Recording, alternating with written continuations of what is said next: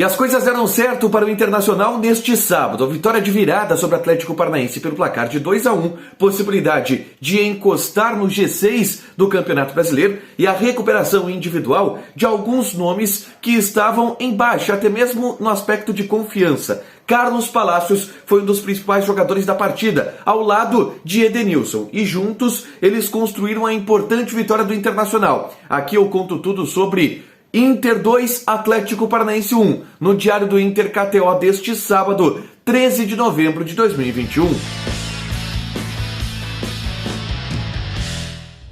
Tudo bem, gente? Obrigado pela participação aqui. Não esquece de deixar teu like, de te inscrever, de ativar as notificações. Vamos pro Diário do Inter KTO deste sábado e, claro, é um diário bom pro torcedor colorado, porque as coisas deram certo no estádio Beira-Rio. O Internacional venceu o Atlético Paranaense pelo placar de 2-1. E claro que enquanto eu estou gravando esse vídeo, o Corinthians está enfrentando a equipe do Cuiabá, mas até o momento o Inter está no G6 do Campeonato Brasileiro. Saiu da partida, a partir do apito final, no G6 do Campeonato Brasileiro. É claro que isso pode mudar, mas, e até deve mudar em relação ao jogo contra o Corinthians, mas é uma conquista importante. Na sequência, ao longo da semana, a gente pode trabalhar a projeção do Internacional para conseguir essa vaga direta, mas essa vitória é uma vitória muito importante e que dá um passo nesse objetivo que o Internacional busca no restante do Campeonato Brasileiro. Eu começo destacando a escalação do técnico Diego Aguirre, que de alguma maneira surpreendeu. Eu até falei no debate da dupla de hoje e debati com o Matheus Dávila que eu gostaria de ver o Carlos Palacios sendo titular, com o Maurício no banco. E foi isso que o Aguirre fez. Ele gosta bastante do Maurício, tá? O Maurício é um cara que tem muita moral com o Diego Aguirre. Mas o Maurício nos últimos jogos não vem tendo um nível de atuação tão bom assim.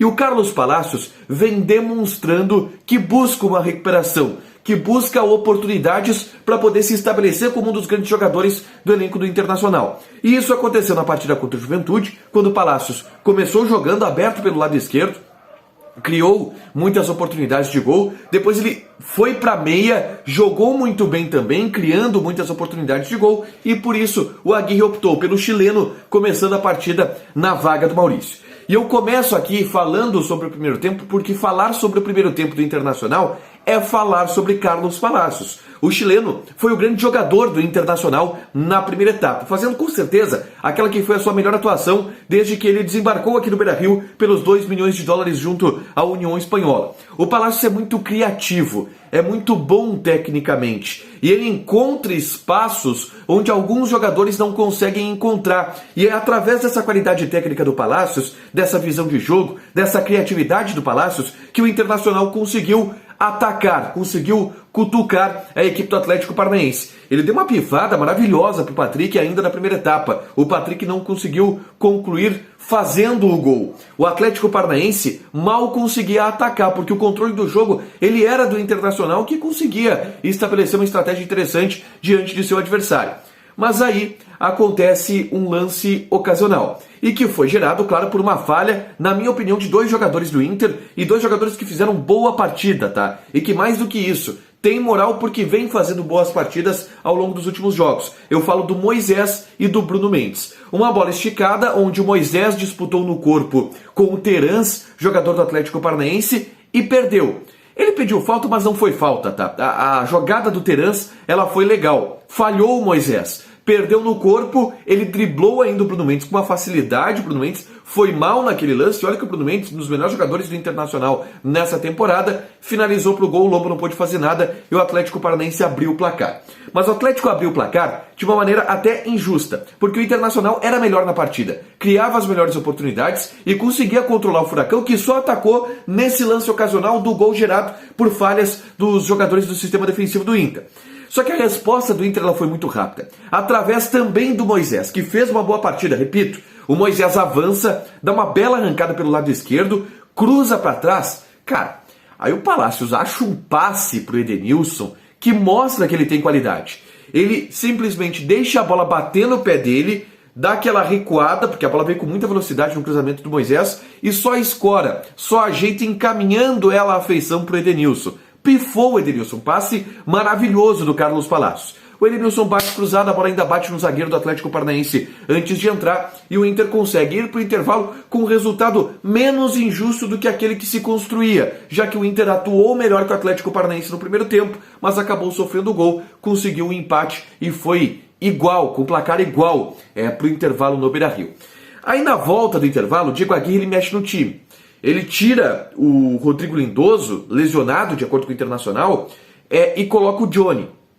E a partir dali, o Inter tem um crescimento de atuação na segunda etapa. O Johnny ele começa a atuar, muitas vezes fazendo uma pressão em uma linha de ataque, uma linha avançada no meio-campo, tá? E essa pressão começou a encurralar o Atlético Paranaense de alguma maneira. Rodrigo Dourado fez um grande segundo tempo também, dando andamento e dando fluxo à construção de jogo do Internacional. O Johnny era quem fazia a saída de bola, o Dourado fazia a pressão, o Johnny, quando o Inter não tinha a bola no campo de defesa, o Atlético Paranaense estava com a bola no campo de defesa, o Johnny exercia essa pressão e o Inter cresceu novamente na partida. E o próprio Johnny faz uma bela jogada no segundo gol do Internacional. Ele constrói pelo meio campo, dá um passe por elevação para o Maurício, colocando o Maurício em condições de finalizar. O Maurício se enrola ali com o zagueiro adversário, a bola acaba espirrando, sobrando para o Edenilson, que na saída do goleiro dá uma cavadinha maravilhosa, decide o jogo, 2-1 para o Internacional,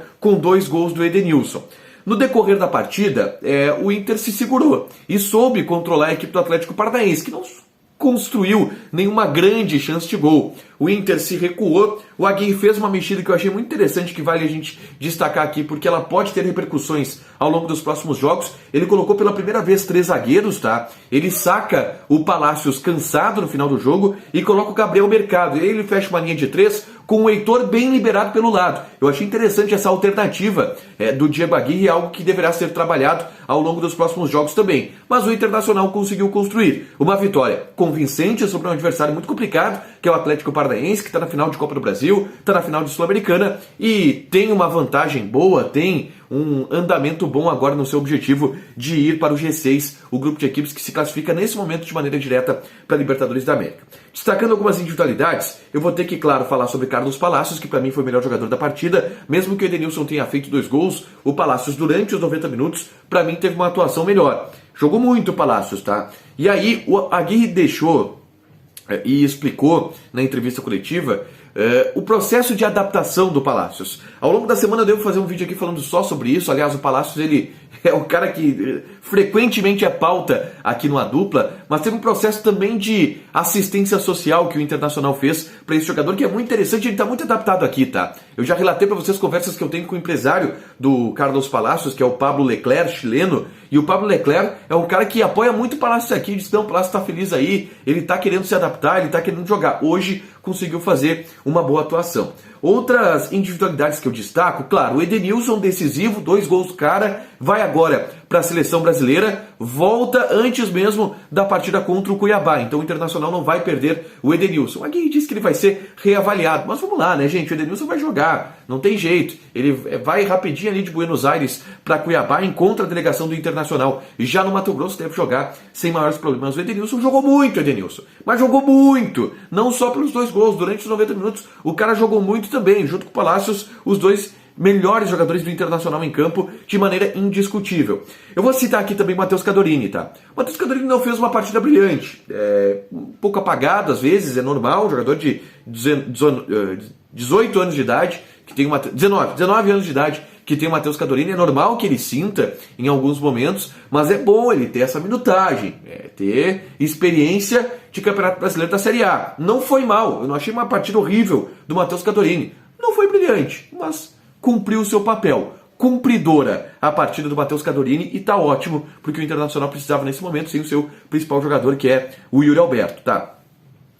Então, gente, amanhã eu deverei voltar aqui para falar sobre a projeção do Internacional para G6, tá? Dependendo do resultado do Corinthians, que eu não tô gravando aqui, não sei para vocês, mas eu vou fechar falando da KTO, onde você se registra, coloca o cupom LADUPLA e ganha 20% de bônus em cima do primeiro depósito, tá? A odd do Internacional, da vitória do Inter pro jogo contra o Atlético Paranaense, era 2. Eu meti 10 pila, ganhei 20. Tá bom, uma odd boa pro Inter jogando no Beira-Rio, cara. tá encardido de ganhar do Inter no Beira-Rio. Sempre que o Inter joga no Beira-Rio, vale lá na KTO dar uma apostadinha no Internacional, porque a possibilidade de green, a possibilidade de você acertar e ganhar um dinheirinho extra com essa aposta é bem grande, tá? Ao contrário do Grêmio, eu também joguei contra o Grêmio, joguei na derrota do Grêmio para o América Mineiro, numa odd um pouco maior, 3 ponto, quase 4, eu joguei 10 pila, voltou uns 37, por aí, quase 40. Hoje deu Tiger Junk neles. Hoje deu Tiger Junk neles e não tem. Não esquece de deixar teu like, de te inscrever, de ativar as notificações. Ainda hoje tem mais conteúdo aqui no A Dupla. Matheus Dávila, o responsável pela crise no Grêmio, trará as notícias aqui. Beijo!